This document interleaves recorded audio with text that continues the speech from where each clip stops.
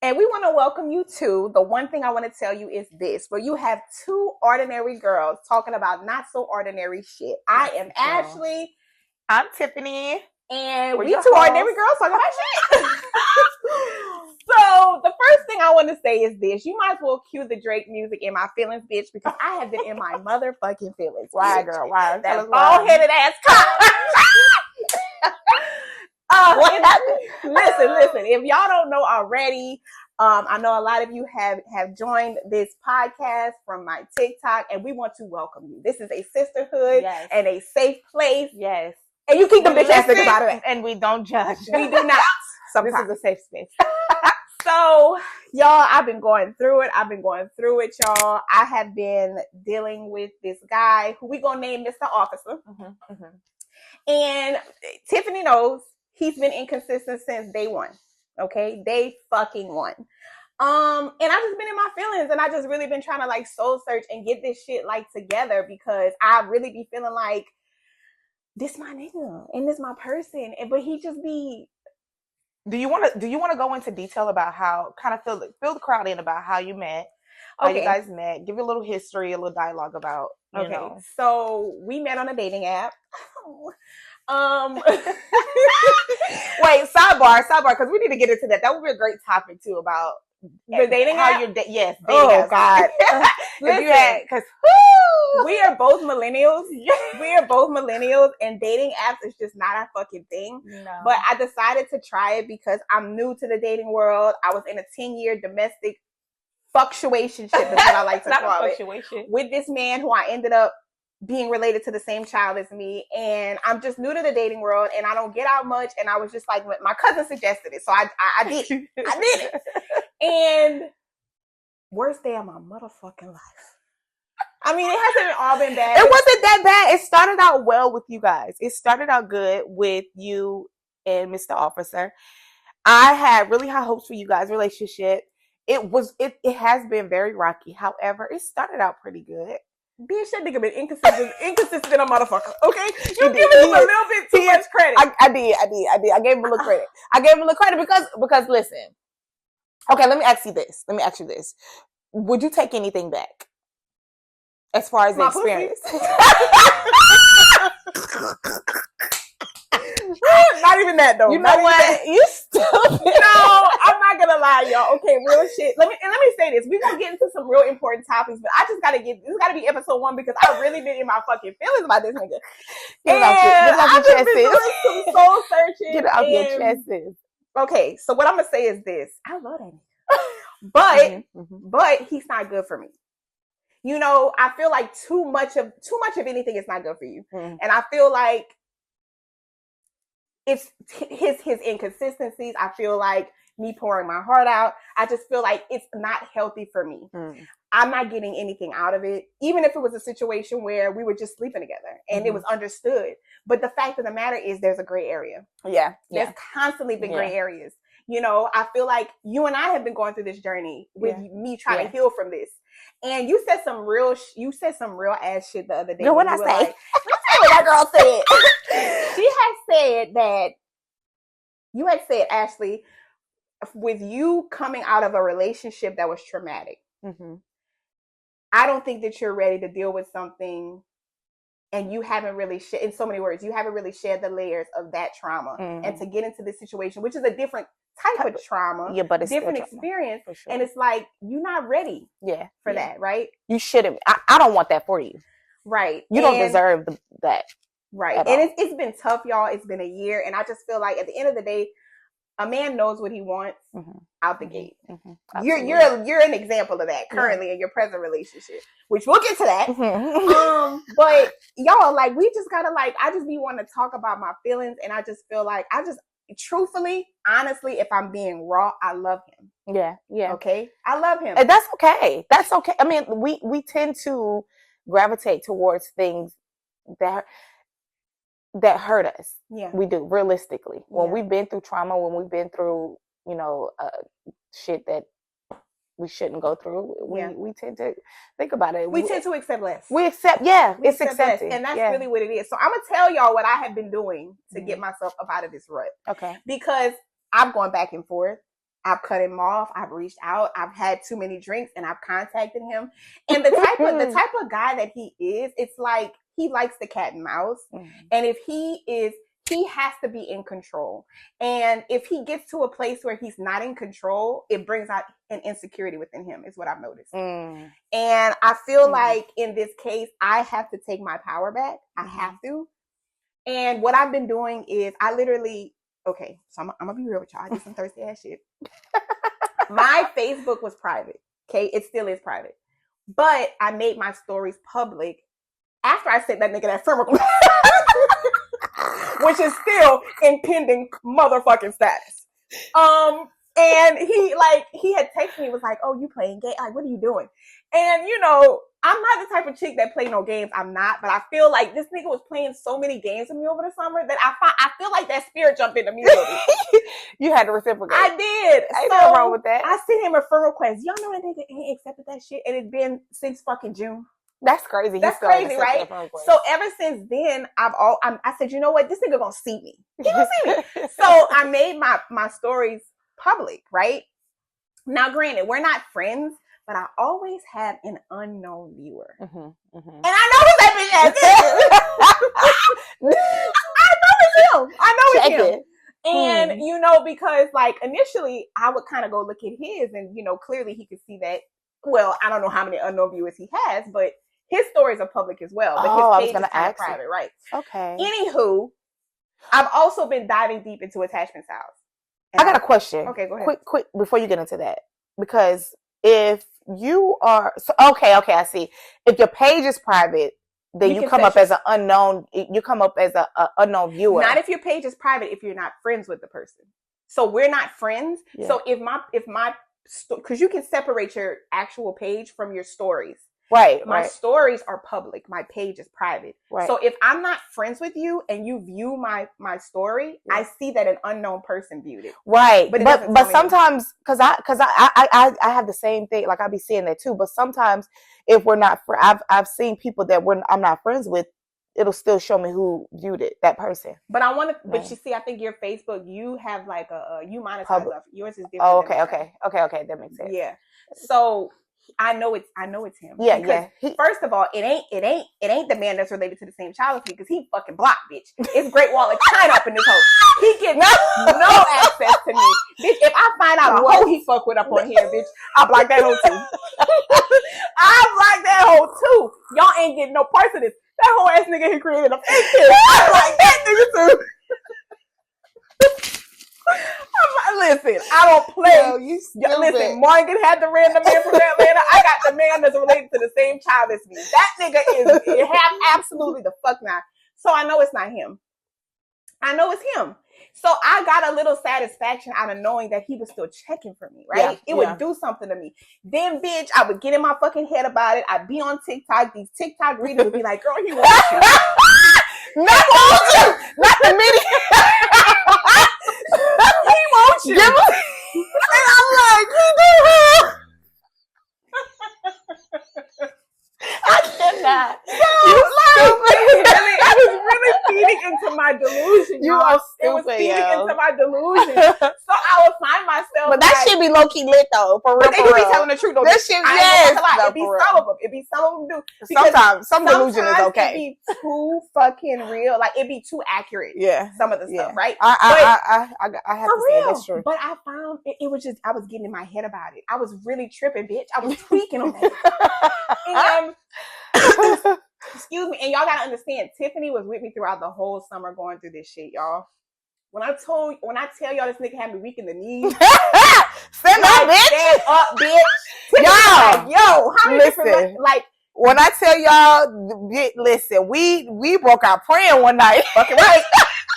My girl came over, spent the whole summer with me at the crib, literally like sleeping in, going to work, getting up, like just trying to date. Really, you know, it was just when I tell y'all that nigga had my girl in the chokehold, so bad. Motherfucking chokehold. Y'all don't understand. And even talking about it sometimes. And let me tell y'all something else. I don't consider myself a religious person. I consider myself more spiritual. Mm-hmm. I'm very intuitive. Mm-hmm. I feel things or whatever. And I do believe that people manifest people, right? I do believe that people, the energy, I feel it, right? And I know that at times, like randomly, I took my daughter to a Christmas parade last night, and I've been good. Why this nigga name popped up in my, like I heard it in my head, and I'm just like, yo, nigga. You know what they say, when you think about somebody, they're thinking about you. That's what I'm thinking it is. And I'm like, yo, get the fuck out of my head. Okay. So I'm going to tell y'all what I had to do. I told y'all my stories were public. I completely blocked him and I deactivated my Facebook. And the reason why I deactivated my Facebook was because I felt like I was triggered and I would want to go and seek him out, right? I would want to go just see him. And I was like, okay, that has to stop, right? Out of sight, out of mind. So I blocked him on Facebook and then I blocked him from contacting me. Now, I'm not going to act like this man has not still contacted me, even though I blocked him, because you remember the incident that happened. Wish that made me feel like that nigga loved me. But this nigga I sent you something on TikTok yesterday. You probably didn't see it, but it was these Asian boys that were singing, that were doing the voice to that Boyz II Men song. I'ma swallow my pride, like the begging. It's a challenge now on TikTok, right? I did not see it, girl. I said that cop nigga better come. Oh, I did. Okay, no, I saw your comment, but I didn't see the video. Listen, the only way I am willing to entertain anything from him, he has to fight for me. And at this point, he has given me no fight. Yeah. So that means I'm fighting alone. And you know what happens whenever you pull on a rope for too long? You look at your hands and they're bloody. Okay? And I can't do that. So I really have been doing the soul searching. I've been doing the inner work. I have been journaling. I have been trying to figure out if it's something within me that why do I want a man that's emotionally unavailable?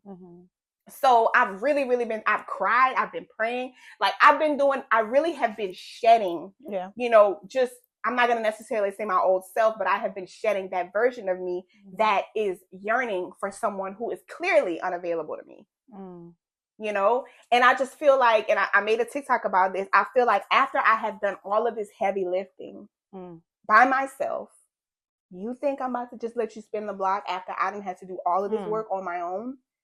And you won't even be accountable for the shit you do? See, I think that's a part of your healing, right? Yeah. It's going to take time, right? And I feel like over the course of the year that you guys were going back and forth and, the stress that he's literally have put either, I feel like when he would pull one of his acts and then come back, it would be you having to literally like start your process all over. I literally seen you go like start this process over and over and over. She did, y'all. She did. That girl stood up in that kitchen and said, "Girl, how many times is this gonna make you cry?"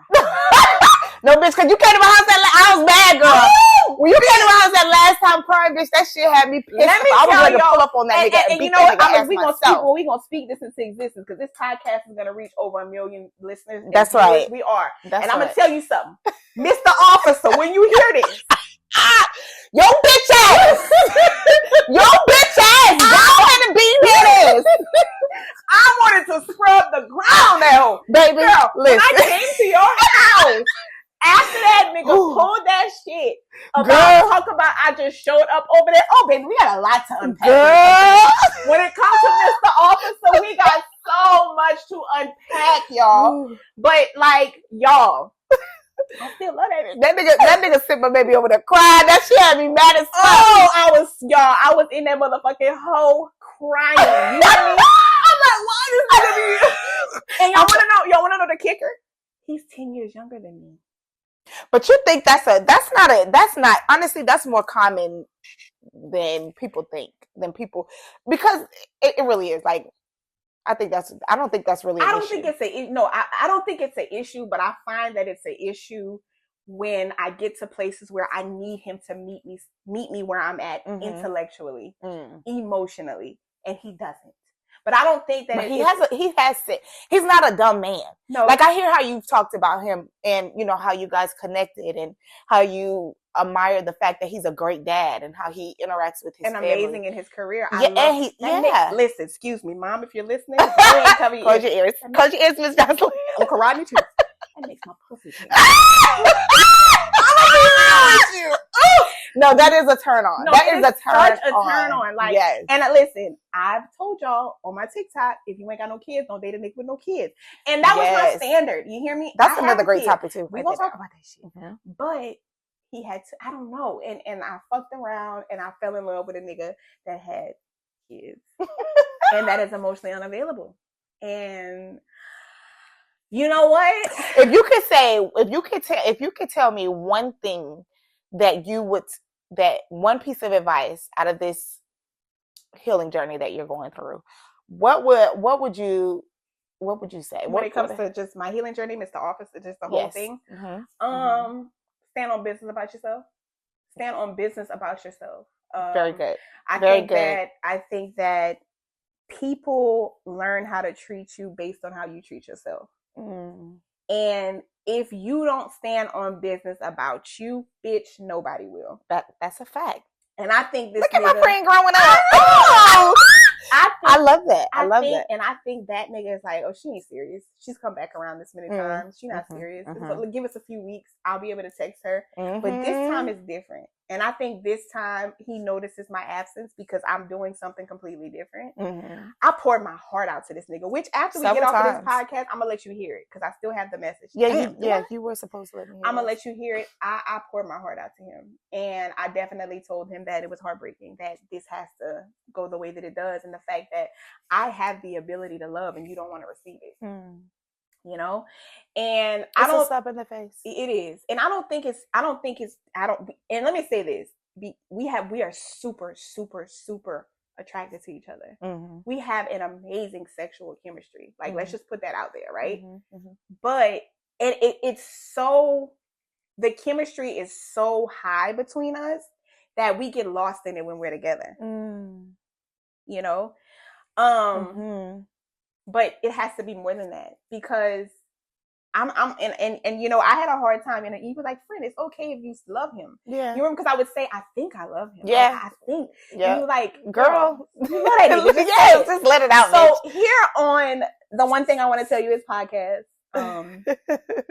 The one thing I want to tell you is this. I do love that cop nigga. But fuck him. Is this you confessing your love? I do love him. But at the same time, again, that's just not what's good for me in this phase of my life. And I can I'm okay with that. Do you think that in the midst of you guys, what you call it? Fluctuationship.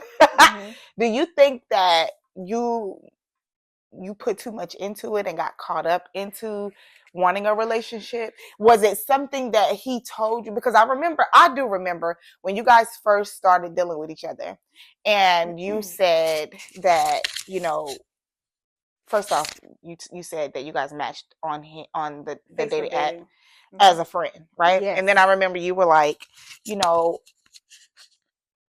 he's out of a relationship. I think you said y'all had a conversation. Am I talking about? No, you're getting it right. It had been 2 years since his last relationship. Okay. And then you said, I remember I was in your bedroom on the bed. We were laying on the bed. We had our sleepover. And you was like, you know, I'm respecting his space. You were just, to me, you were being very understanding of his situation, right?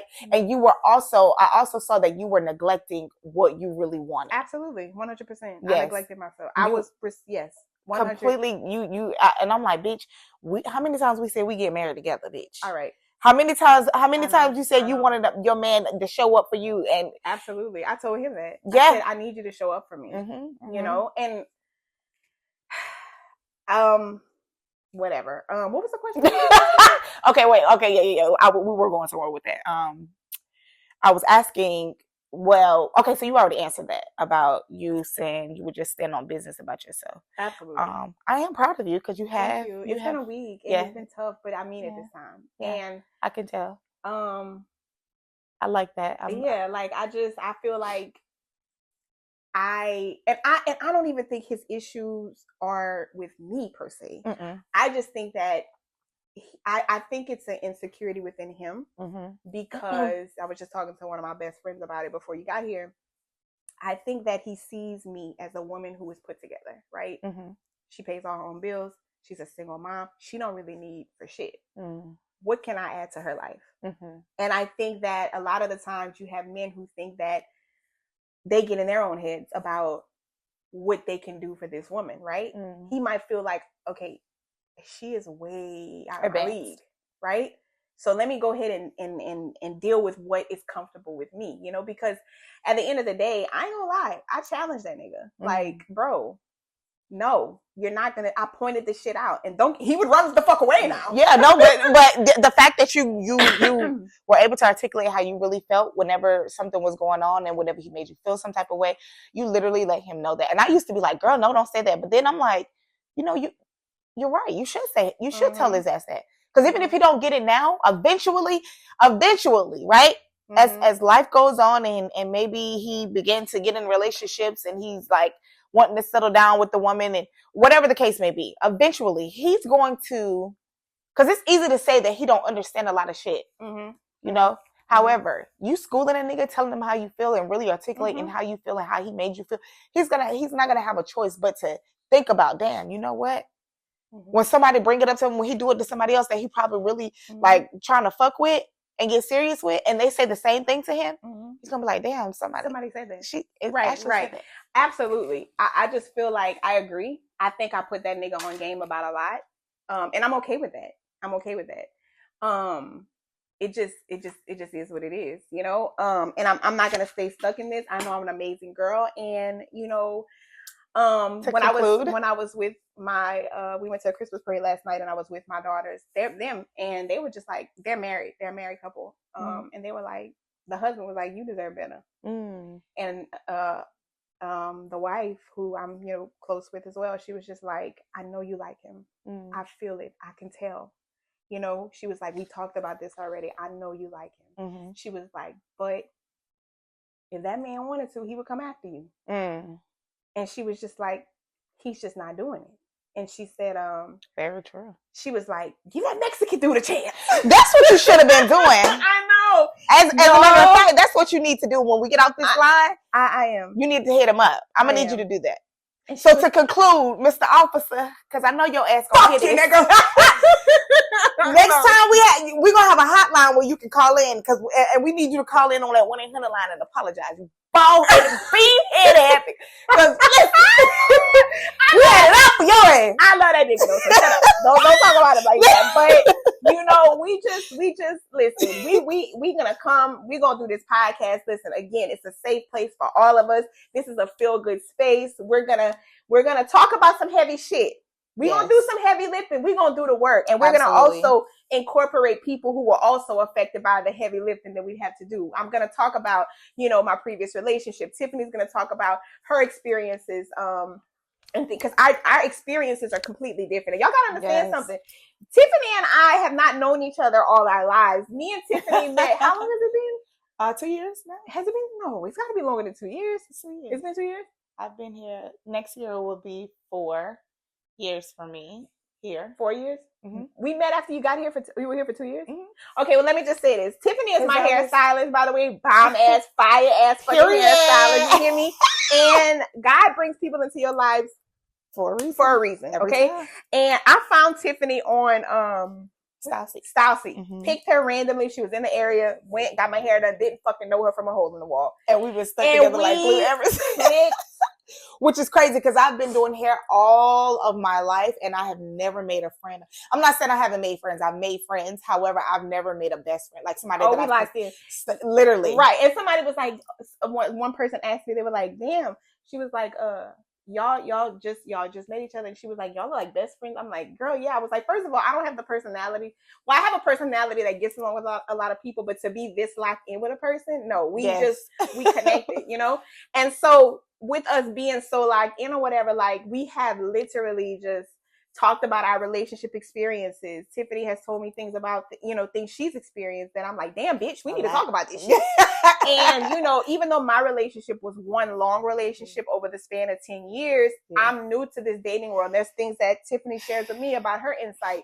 You know what I mean? So, girl, cause I done had some. So we gonna wrap this up with Tiffany. We gonna leave y'all with one thing. Tiffany, go ahead and leave our ladies, men, if you so choose to listen as well. Let's leave them with something, right? So the one thing you want to tell our viewers is what? Our listeners. We coming to TV screens soon, but shut the fuck up. You know what I'm saying? That's a good one. Something that I will leave you guys. You want me to go first, bitch? Yes. Okay. The thing I want to tell you is this: don't play about you, because if you play about you, that nigga will too. That's facts. That's a Fendi. Got it? That's a Fendi fact. I like that. You like that? So we should. I'll pick up on. Yeah, Okay. So I'll conclude one next week. Oh, okay. I need a good one. Okay, so again, that concludes. That concludes our very first episode of The One Thing I Want to Tell You Is This. Come back with us as we will be dropping episodes hopefully once a week. Yes. And as you guys tune in, you will get to know more about our lives, and hopefully we can help make your lives easier. Hey. See you guys next time. From what's that? Wait, we gotta clip that out.